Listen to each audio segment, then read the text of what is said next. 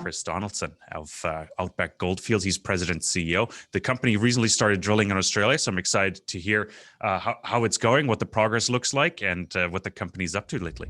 All right. Well, thanks, Kai, for having us on, and thanks, guys, for tuning in.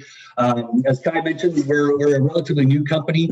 I came on board in October when we acquired 4 key assets in and around the Fosterville mine in the Victorian Goldfields in Australia.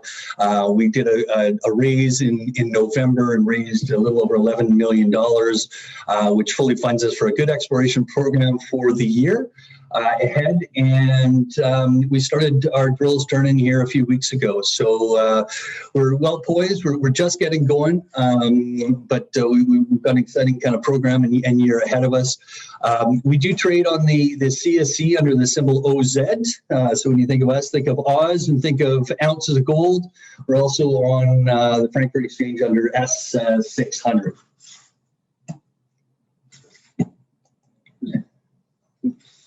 There we go. So as mentioned, we have a large land package in and around the Fosterville mine, which is, of course, owned by Kirkland Lake. And that is considered the highest grade, lowest cost mine in the world at this point. So we have 4 projects that are in and around. One of them is actually adjoining or adjacent to that property. We've got a good experienced board that has made money for shareholders in the past. So we're following a path of success that they've had, and also other companies in the area. I think we're at a pretty good, attractive point to get in. Of course, we're financed and have all our results are yet to come. We've had a bit of a pullback in the market right now. So if you're into early stage exploration, this may be a good opportunity. A little bit about our board. We're led by Craig Perry. Many of you may know Craig. He's chairman also of Vizsla Resources and Skeena Resources, Gold Bull, ISO Energy. He's got a number of companies that he's worked with, very successful geologist, formerly with Rio Tinto.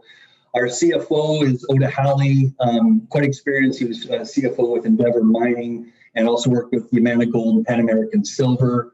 Louis Archambault, many of you may know from Orezone. I think Orezone's been on this program here a couple of times, and he was former corp dev with Gold Corp. I've been working with public companies for the last 25 years, the last 8 with a large copper gold porphyry, the Western Copper Gold up in the Yukon. Recently, we brought on Penny Jaski, who's 15 years with Rio Tinto, really good find for us. So he's in Australia and making sure that we're getting off on the right foot with the communities and so forth. And last but not least is Eric Zonscherb, who also a geologist, very well known in the Canadian markets as an analyst. He has joined our team and helps on the technical side as well. So a little bit about our shares outstanding. We've got about 60 million shares that are out, fully diluted, about 75 million. Our share price the last couple of weeks, like many of us here, have taken a bit of hit. I think we're around 70 cents today, so that gives us a market cap of about 45 million.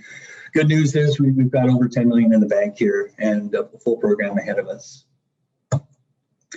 So when you talk about Australia, it's certainly a tier 1 jurisdiction, mining friendly. In the case of Victoria, where we're working, they've been mining there since the 1850s.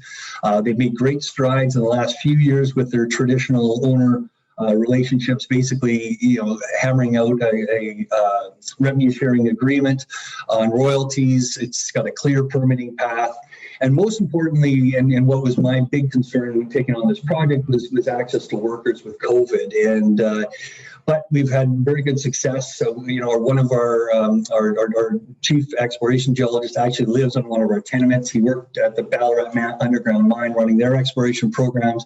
He's assembled a team of about a dozen people, all from the area. And although I'm not able to visit there easily, we've got a very good technical crew on the ground.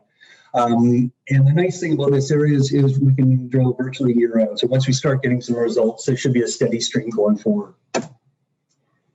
The story of Victoria is interesting. So in the 1850s, it was a prolific gold area. There's a gold rush from about 1850 to 1920. They started mining this alluvial gold, big nuggety gold at or near surface, made Australia the richest country in the world at one point. Then they made some improvements and started doing some reef mining, going a little bit deeper.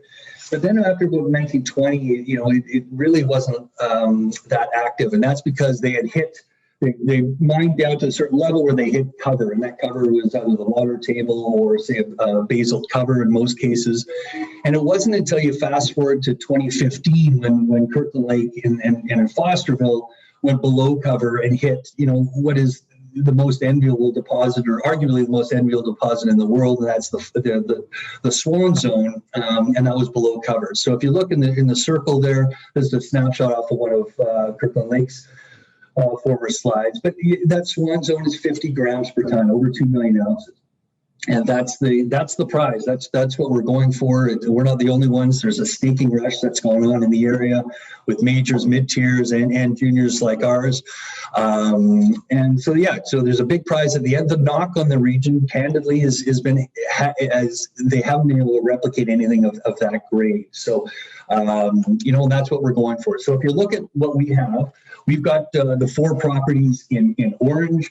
If I start at the bottom where we have Glenfine is our most drill-ready tenement that we have. In fact, that's one we're drilling on right now. In the south, a little bit north of that is Ballarat West. And this is indicative of the area, in that despite the fact that if you look at the Ballarat mine and Clunes and others in the area, within 5 kilometers, there's been 16 million ounces of gold produced, yet this tenement next to it has basically been unexplored or underexplored, and the reason for that is it's under shallow cover. So we're going to put some modern mining lenses on it, and once we get our exploration license, which we hope to get into a month, so that's a fairly exciting piece of property for us. We're also working on Ewan Groon up at the north here. We've just run an airborne geophysical study on it, and have identified actually a number of targets, which I'll get into in a second. But the last property that I have is Silver Spoon, and that's the one that's garnering, the most attention, and it's the flashiest, and just because of the proximity. So if you see this area in blue, that's Kirkland Lake. We're adjacent to that. The Fosterville mine is about 12 kilometers away. Newmont has just purchased, or in the last couple of years, have purchased the tenements to the other side of us. And what's interesting and getting a lot of attention, certainly in Victoria, is this area in red adjacent to us. And that's the Victoria government that's put up a block of land, it's actually 4 blocks of land up for auction. And they had tremendous response. And over the past year, they were supposed to find out who is the winner of that auction this month. Rumors are that it's going to require an earn-in of, say, $30 to $50 million to come in. So it's likely going to be a mid-tier or a major that is involved in that. So when you look at this area, Kirkland Lake has already endeavored to put $85 to $95 million worth of exploration this year.